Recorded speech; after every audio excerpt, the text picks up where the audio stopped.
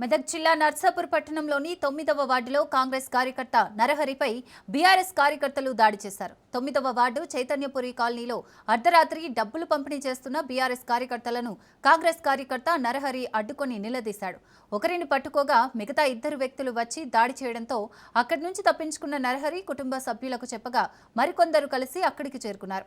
అప్పటికే సంఘటనా స్థలానికి చేరుకున్న పోలీసులు ఇరు వర్గాలను చెదరగొట్టి బాధితుడిని చికిత్స నిమిత్తం నర్సాపురం ప్రభుత్వ ఆసుపత్రికి తరలించారు.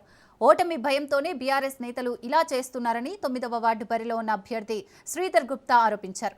బాధితుడి ఫిర్యాదు మేరకు కేసు నమోదు చేసుకున్న పోలీసులు దర్యాప్తు చేస్తున్నారు.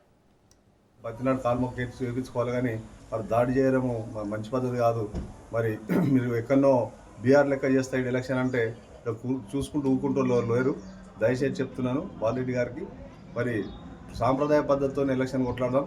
మరి మీరు మా రౌడీ ఏం చేస్తామంటే మరి ఇక్కడ ఊకుండే మనసులో లేరు. ఎవరికి అదే మనము రౌడీజం చేసి ఓట్లు వేసుకుంటామంటే మంచి పద్ధతి కాదు. వస్తుంటే కొంతమంది నిలబడ్డారు బీఆర్ఎస్ పార్టీ వాళ్ళు.